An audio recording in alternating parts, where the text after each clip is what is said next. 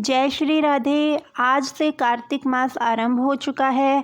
आज से ही हम सारे नियम लेंगे और आज शरद पूर्णिमा भी है, तो आप सभी को शरद पूर्णिमा की ढेर सारी शुभकामनाएं।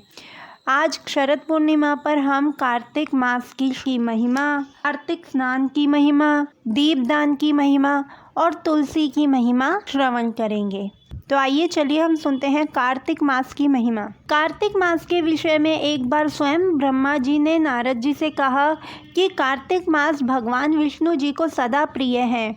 इस मास में भगवान के निमित्त जो कुछ भी पुण्य कर्म किए जाते हैं उनका नाश नहीं होता है। मनुष्य योनि दुर्लभ है, इसलिए मनुष्य जन्म पाकर इस देह से कार्तिक मास में शुभ कर्म करे, जिस कारण पुनः नीचे ना गिरना पड़े। इस महीने में समस्त देवता मनुष्य के समीप हो जाते हैं और इस माह में किए हुए स्नान, दान, भोजन, व्रत, स्वर्ण, चांदी, भूमि एवं वस्त्र आदि के दान का देवता विधि पूर्वक ग्रहण करते हैं। भगवान के उद्देश्य से मनुष्य जो कुछ भी कार्तिक मास में दान करता है उसे वह अक्षय रूप में प्राप्त करता है। गोविंद गोविंद हरे मुरारे, गोविंद गोविंद मुकुंद कृष्ण, गोविंद गोविंद रंथांग पाणी, गोविंद दामोदर माधवेति। इस प्रकार से संपूर्ण कार्तिक मास में प्रतिदिन भगवान का कीर्तन गायन करें। जो मनुष्य कार्तिक में प्रतिदिन गीता जी का पाठ करता है उसके समान कोई पुण्य नहीं है। 7 समुद्रों तक की पृथ्वी को दान करके जो फल प्राप्त होता है वह कार्तिक मास में केवल स्नान करने से व दान करने से ही हमें प्राप्त हो जाता है, क्योंकि ये संसार अन्न के आधार पर ही जीवित रहता है। अतः कार्तिक में अन्न दान सर्वश्रेष्ठ कहा गया है। अब आइए चलिए सुनते हैं कार्तिक स्नान की महिमा। कार्तिक स्नान अश्विन की पूर्णिमा को आरंभ करके कार्तिक की पूर्णिमा को पूरा करें। भक्तिवान पुरुष तथा नारी अश्विन की शुक्ल पक्ष की एकादशी आने पर ही भगवान विष्णु को नमस्कार करके कार्तिक व्रत की आज्ञा प्राप्त करते हैं। ऐसा करने से भगवान स्वयं भक्त के ऊपर कृपा करके उसे आत्मिक बल एवं मनोबल प्रदान करते हैं। 12 मासों में मार्गशीर्ष मास अत्यंत पुण्यप्रद है। उससे अधिक पुण्य देने वाला वैशाख मास बताया गया है। उससे लाख गुना अधिक प्रयाग में मास माघ का महत्व है और उससे भी महान फलदायी कार्तिक मास है। एक बार जब सब प्रकार के दान, व्रत और नियम तथा दूसरी ओर कार्तिक का स्नान रखकर जब ब्रह्मा जी ने तोला तो कार्तिक स्नान का पलड़ा भारी ही रहा। यह व्रत भगवान श्री कृष्ण को बहुत प्रिय है। अश्विन की पूर्णिमा से लेकर कार्तिक की पूर्णिमा तक भगवान की प्रसन्नता के लिए प्रतिदिन गंगा स्नान करना चाहिए। जो दूसरों के संगवश या बलात् अनजाने में भी कार्तिक मास में स्नान का नियम पूरा कर लेते हैं उन्हें कभी यम यातना को नहीं देखना पड़ता। कार्तिक मास में तुलसी के पौधे के नीचे श्री राधा कृष्ण की मूर्ति का निष्काम भाव से पूजन करना चाहिए। तुलसी के अभाव में आंवले के वृक्ष के तले की पूजा करनी चाहिए। स्नान करने का नियम क्या है? स्नान करने का नियम ये है, जब 2 घड़ी रात बाकी रह जाए तब तुलसी की मिट्टी, वस्त्र और कलश लेकर जलाशय या गंगा तट पर जाएं। तब पैर धोकर गंगा आदि नदियों तथा विष्णु आदि देवताओं का स्मरण करें, शिव जी का स्मरण करें, फिर नाभि पर्यंत जल में खड़े होकर इस मंत्र को पढ़ें। अब आप सब भी संकल्प ले लीजिए इस मंत्र के द्वारा, और अगर आपसे नहीं पढ़ा जाएगा तो आप श्रवण कीजिएगा या फिर आप हिंदी में बोल सकते हैं। कार्तिके अहम करिष्यामि प्रातः स्नानम जनार्दन, प्रीत्यर्थम तव देवेश दामोदर मया सह। हे जनार्दन, देवेश्वर, लक्ष्मी सहित आपकी प्रसन्नता के लिए मैं कार्तिक प्रातः स्नान करूँगा। मनुष्य जिस तीर्थ में भी स्नान करे उसे गंगा का स्मरण अवश्य करना चाहिए। कुछ रात बाकी रहे तभी स्नान किया जाए तो वह उत्तम है और भगवान विष्णु को पूर्ण रूप से संतुष्ट करने वाला है। इसलिए हम 3:30 बजे उठकर 4 बजे तक स्नान करने की या 4:30 बजे तक स्नान करने के लिए कहते हैं। सूर्य उदय काल में किया गया स्नान मध्यम श्रेणी का होता है। जब कृत्तिका अस्त ना हो तभी तक का स्नान उत्तम है, अन्यथा बहुत विलंब से किया गया कार्तिक स्नान की श्रेणी में नहीं आता है। अब आइए जानते हैं कार्तिक व्रत में दीपदान की महिमा। स्त्रियों और पुरुषों ने जन्म से लेकर जो भी पाप कर्म किया है वह कार्तिक में दीपदान से नष्ट हो जाता है। इस विषय में ये प्राचीन कथा बड़े ही महत्व की है। प्राचीन काल में द्रविड़ देश में एक बुद्ध नामक ब्राह्मण रहता था। उसकी स्त्री बड़ी दुष्टा और दुराचारी थी। उसके संग दोष से पति की आयु क्षीण होकर वह मृत्यु को प्राप्त हो गया। पति के मर जाने पर भी वह उसी घृणित कर्म में लगी रही। लोक निंदा से उसे तनिक भी लज्जा नहीं आती थी। उसके ना तो कोई पुत्र था ना भाई था। वह सदा भिक्षा के अन्न का भोजन करती थी। वह अपने हाथ से बनाए हुए शुद्ध भोजन को भी ना खाकर मांग कर लाए गए बासी भोजन को ही ग्रहण करती थी। तीर्थ यात्रा से तो वह सदा दूर रहती और उसने कभी मंदिर आदि में जाकर कथा प्रवचन भी नहीं सुना था। एक दिन भ्रमण करता हुआ कोई तीर्थ यात्री विद्वान ब्राह्मण उसके यहाँ आया। उसका नाम कुत्स था। उस ब्राह्मणी को निंदित कार्यों में लगी देखकर कुत्स ने पूछा, ओ मूढ़ नारी, तू मेरी बात को ध्यान से सुन। यह देह जो है पानी के बुलबुले के समान है। एक दिन इसका नाश होना निश्चित है। इस अनित्य शरीर को यदि तू नित्य मानती है तो अपने मन में बैठे हुए इस मोह को विचार पूर्वक त्याग कर दे। सबसे श्रेष्ठ देवता भगवान विष्णु का चिंतन कर और उन्हीं की लीला कथा का श्रवण कर।